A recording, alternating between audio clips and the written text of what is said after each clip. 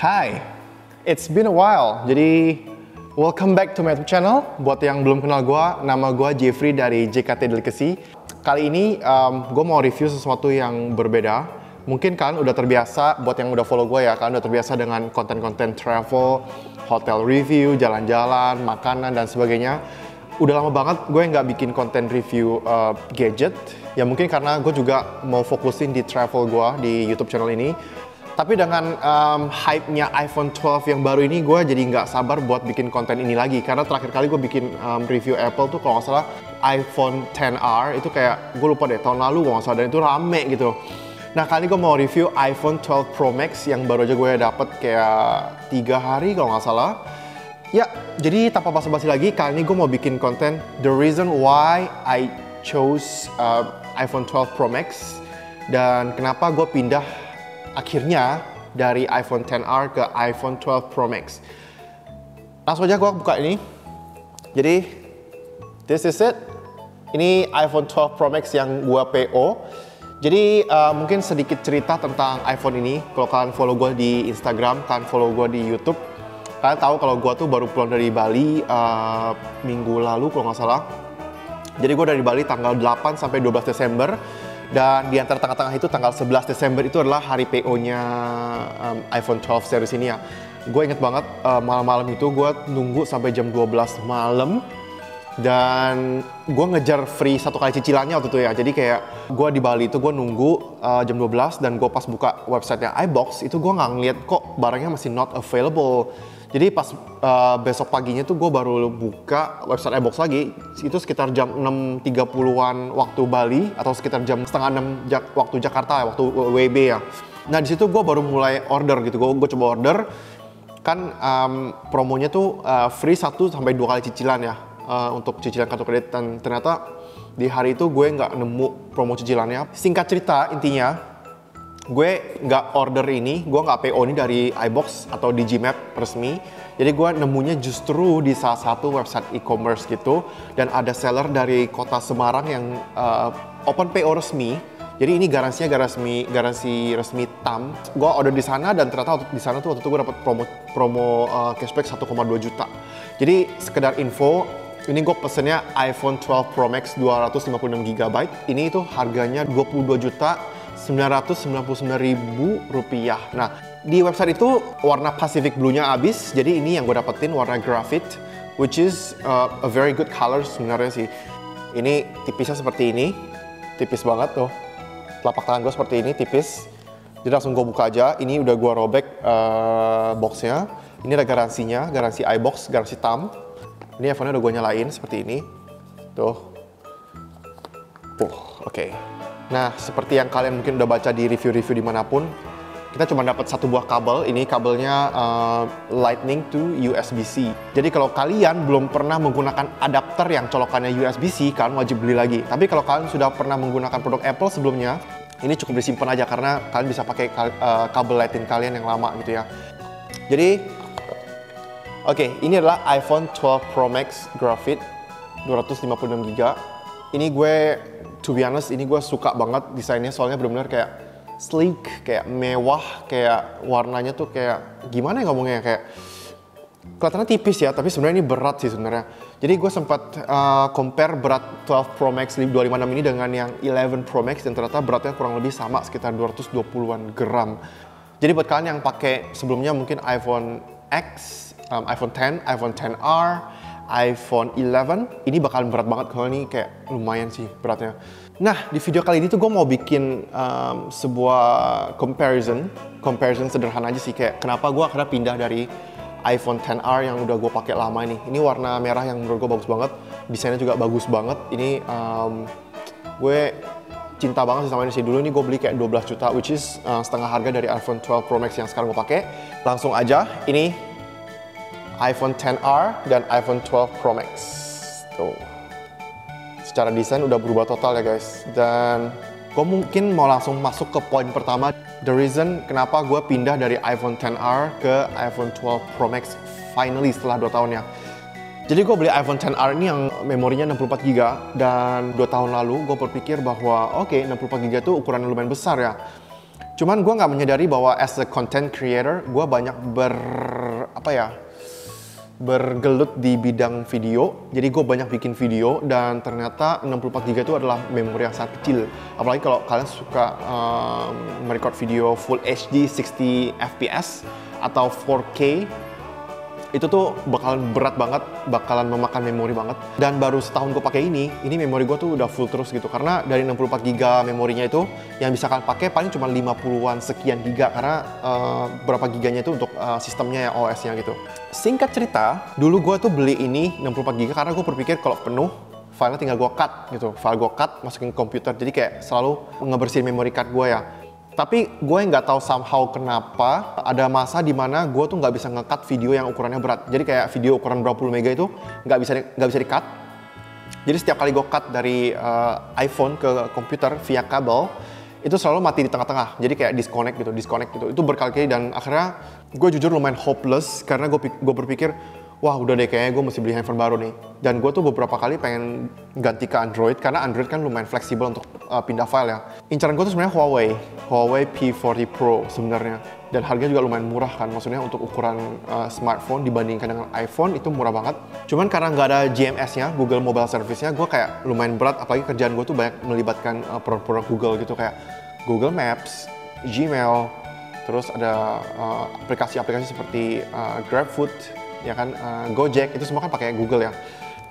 Akhirnya gue mutusin buat nunggu iPhone 12 dari pertengahan tahun ini.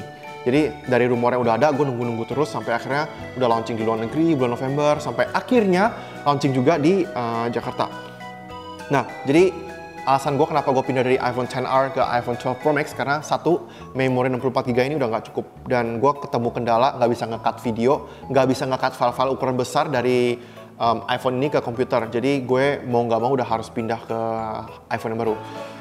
Oke, yang kedua, iPhone XR gue ini, kalian bisa lihat lah ya, kameranya cuma satu, ini cuma kamera wide doang. Gue tuh sekarang banyak banget membuat konten video dari iPhone, karena gue jujur udah kadang-kadang udah males banget bikin konten video dari kamera gue yang sekarang gue pakai buat record vlog ini ya. Jadi gue banyak menggunakan iPhone dengan settingan Full HD dengan settingan 60 fps gitu. Itu hasilnya tajam banget, apalagi untuk daylight itu bagus banget, hasilnya tajam gitu. Dan kalian kalau follow Instagram gue @jktdelicacy, kalian lihat tuh beberapa video tuh pasti menggunakan iPhone XR gue. Dan gue cukup puas sih. TikTok juga gue bikin pakai XR gitu ya. Cuman kalau untuk YouTube emang gue jarang pakai iPhone gitu. Nah, gue tuh kekurangan lensa ultrawide-nya karena menurut gue sekarang tuh ultrawide udah kepake banget. Gue tuh kalau foto ultrawide gue banyak mengandalkan Fuji film gue, jadi gue pakai lensa ultrawide gitu di lensa Fuji yang gue pakai sekarang ini. Nah kadang-kadang tuh gue malas keluarin dari tas karena ukuran Fuji gue juga besar, lensanya juga berat dan besar. Makanya gue berpikir gue sekarang tuh butuh banget iPhone 12, at least yang Pro, karena ada improvement di sisi kameranya ya. Nah iPhone 12 Pro ini, iPhone 12 Pro dan 12 Pro Max sebenarnya sih kurang lebih mirip-mirip gitu ya. Jadi mereka ada lensa wide, lensa ultra wide, dan lensa tele.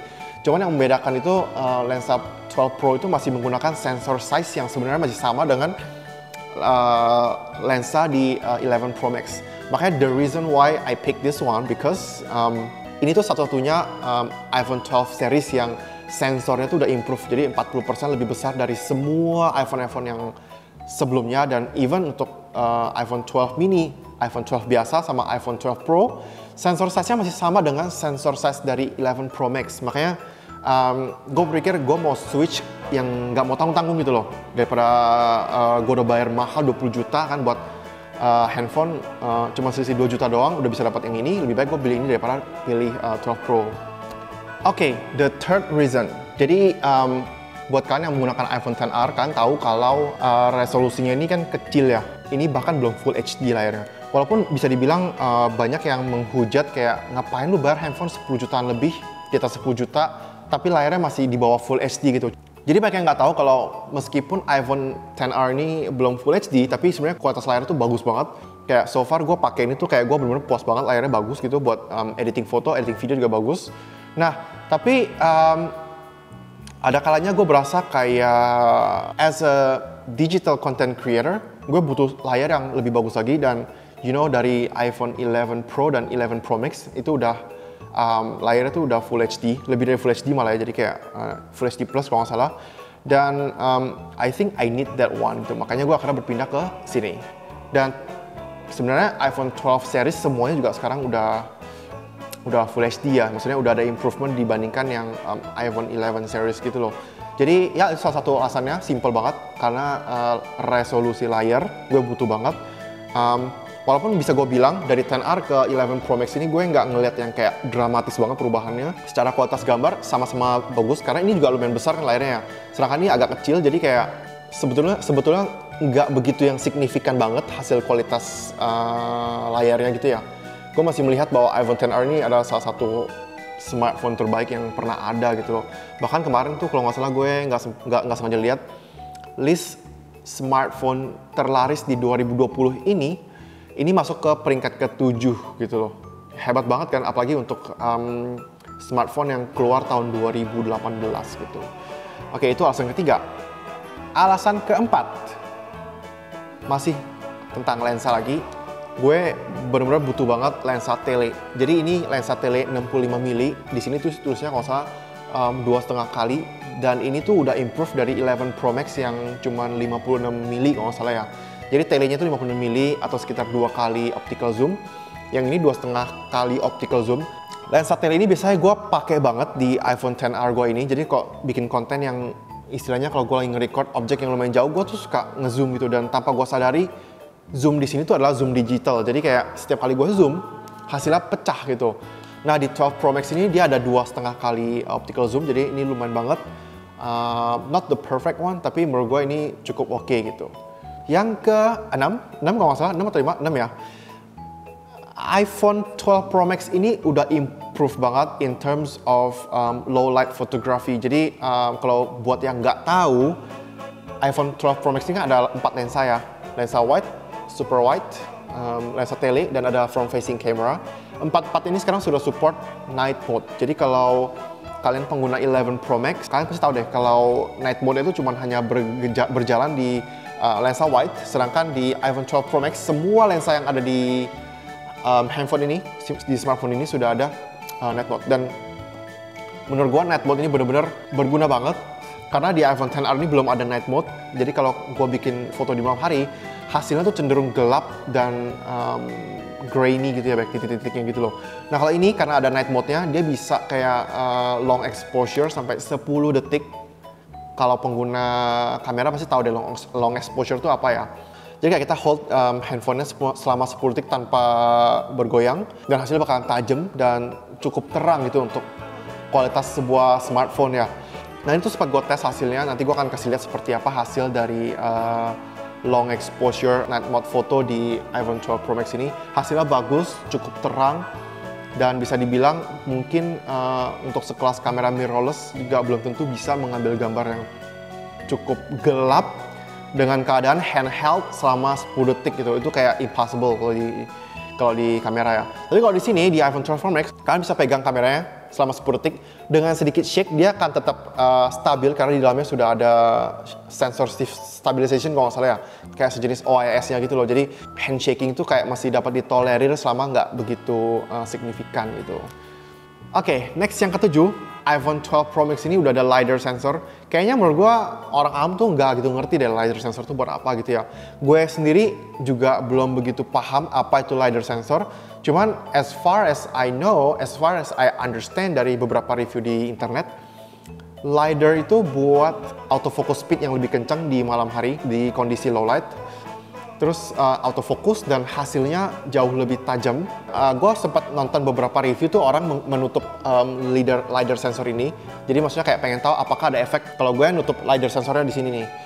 Cuman dari beberapa review itu yang gue tangkap itu adalah memang dari software sendiri memang sudah cukup bagus gitu. Jadi sebetulnya tanpa LiDAR pun hasilnya udah improve dibandingkan dengan 11 Pro series ya. Iya itu autofocus, ketajaman itu pengaruh banget di kamera 12 Pro Max ini. Jadi salah satu alasan kenapa kan nggak hanya salah satu alasan kenapa gue pindah dari iPhone XR ke 12 Pro Max ini ya. Jadi kalian mungkin pengguna sebelum 12 Pro Max ini mungkin bisa mengconsider penggunaan feature LiDAR ini.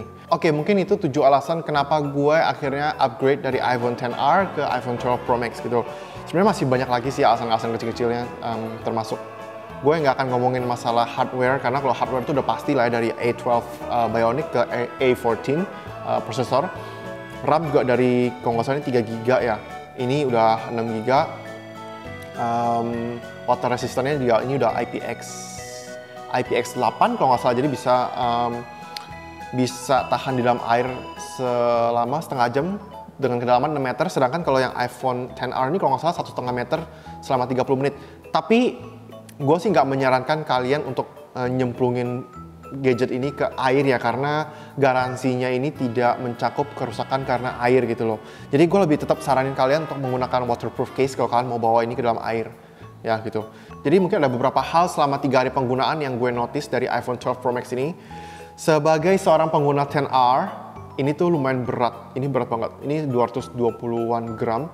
Gue tuh yang udah terbiasa dengan iPhone XR yang lumayan besar ini, gue benar-benar agak kerepotan dengan ukurannya yang lebih besar lagi. Kalau kalian compare seperti ini, nah ini tuh ukurannya sedikit lebih besar, tapi ini berat banget. Jadi kalau buat kalian yang suka rebahan di kasur sambil main handphone seperti ini, itu ada kecenderungan akan jatuh ke muka kalian. Karena gue dari pegang dengan tangan gue yang lumayan besar aja tuh gue kadang-kadang suka keselip gitu loh. Kadang-kadang gue suka keselip, jadi kayak kadang-kadang bahkan di hari kedua tuh kemarin kalau nggak salah gue lagi tiduran gue main handphone dan ini jatuh di muka gue tuh bener-bener berasa banget. Terus one hand operationnya itu benar-benar susah. Jadi kalau kalian mempunyai jari-jari tangan yang kecil, ini tuh bakal susah banget mencapai bagian atas gitu. Walaupun sebenarnya untuk iPhone XR ini juga susah sih nyampe ke atas, at least, tapi nggak sampai yang susah banget, karena kan kalau kalian lihat nih, ini juga masih mencakup sebagian atas, sebagian bawah. Kalau iPhone 12 Pro Max ini udah sangat susah sekali, bahkan jempol gue tuh hanya mencapai setengah dari layar yang ada gitu loh. Tuh, jadi kayak benar-benar susah. Gue tuh benar-benar sih megang. Dan karena ukurannya berat, kalau gue lagi ngetik itu, gue harus menggunakan jari kelingking gue ini untuk menahan iPhone ini di bawahnya, karena terlalu berat. Kalau gue menggunakan jari seperti ini, hanya menahan seperti ini tanpa ada kelingking di bawahnya, gue takutnya iPhone gue ini akan jatuh gitu.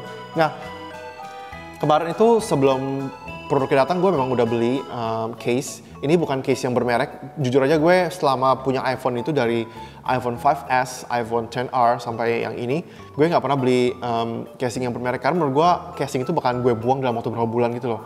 Ini gue beli yang clear, ini harganya murah banget, cuma 23.000, dan ini gue pasangin ke sini. Dan gue sangat merekomendasikan kalian buat nyari case yang ada bumpernya di ujung sini.